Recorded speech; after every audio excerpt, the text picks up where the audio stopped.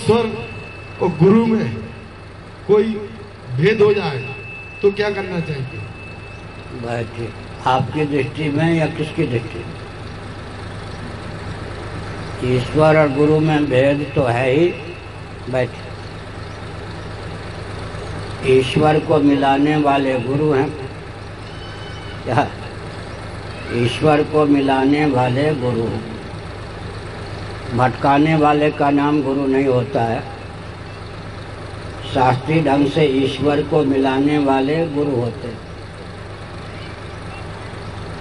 भगवान शंकराचार्य जी ने गीता भाष्य में लिखा है,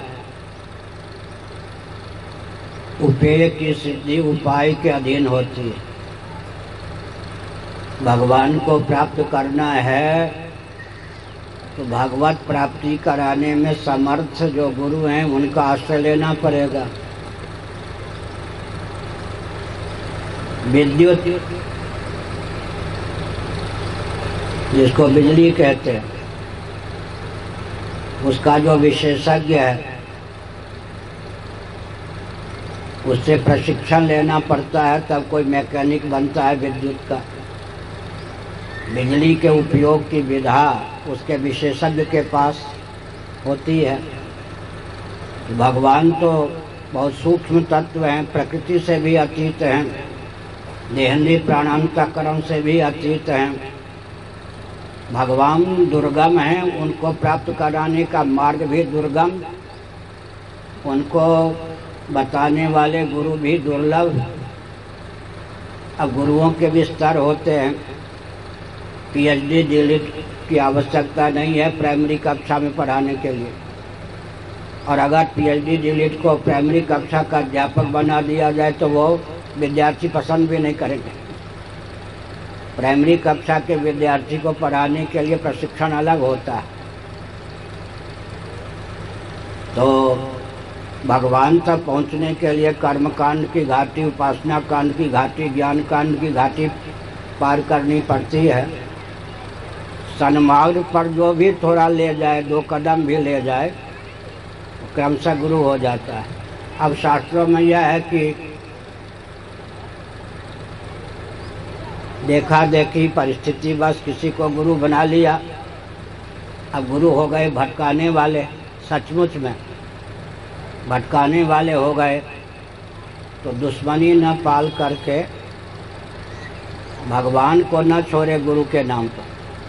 समझ गए ना? भगवान को गुरु के नाम पे न छोड़े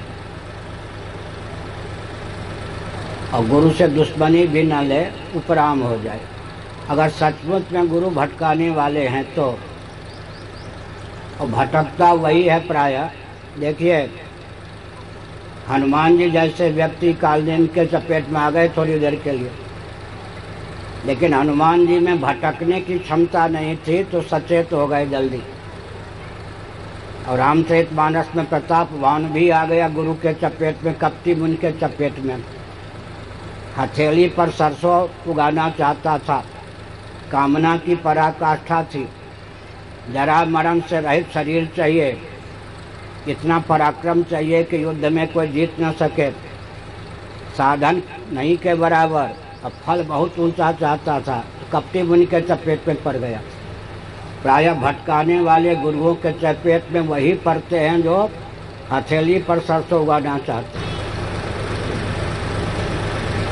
अच्छा, एक विचित्र बात, पहले जब कुल गुरु होते थे ना, परखे होते थे, वो भटकाने वाले होते नहीं थे। अब जब संयुक्त परिवार टूट गया, बन के लोग भाग गए शहर की ओर, गांव वाले स्मार्ट सिटी के नाम पे भाग गए शहर की ओर। अब जब शहरीकरण हो गया, महानगर का कांड चल पड़ा, कुल देवी, कुल देवता, कुल गुरु सबका लोप हो गया। सनातन परंपरा प्राप्त जो शंकराचार्य आदि गुरु थे, उनको भी बिल्कुल शासन तंत्र ने खदेड़ दिया। ऐसी स्थिति में आजकल एक बहुत विचित्र परिस्थिति हो गई कि पंथाइयों की भरमार, नकली गुरुओं की भरमार, राष्ट्रीय स्तर के, विश्व स्तर के गुरुओं की भरमार। उसमें व्यक्ति प्रायः भटक जाता है लेकिन गुरु को ढूंढने के पहले हृदय से ईश्वर जैसे भी हों, साकार निराकार सगुण निर्गुण, हृदय से भगवान के प्रति अपने को समर्पित कर दे, तब भटकाने वाले गुरुओं के चपेट में व्यक्ति नहीं पड़ता। समझ गए? और अगर हथेली पर सरसों उगाना चाहता है तो भटकाने वाले गुरुओं से ही तालमेल बैठता है। हमारे पास 26 वर्षों की सीमा में कोई हाई कोर्ट सुप्रीम कोर्ट का एडवोकेट भी आया, कोई MSc फिजिक्स आदि में भी आया। वो सब भटकने की क्षमता वाले थे और हम भटकाने वाले नहीं थे। उनका मन हमारे यहाँ नहीं लगा, और जहाँ पर झूठ बोलना, छल कपट का भंडार था, वहाँ जाकर वो बिल्कुल घुल मिल गए। तो कदाचित जिसका स्तर गिरा हुआ है, भटकने वाला है, समझ गए ना, वो यहाँ आ भी जाए तो टिक नहीं पाएगा। उसकी योग्यता जो है वो जहाँ भटकने की क्षमता है भटकाने की, वहाँ जाके वो चला जाएगा। यह भी एक बात है, इस पर अधिक बोलना ठीक नहीं। और कोई प्रश्न?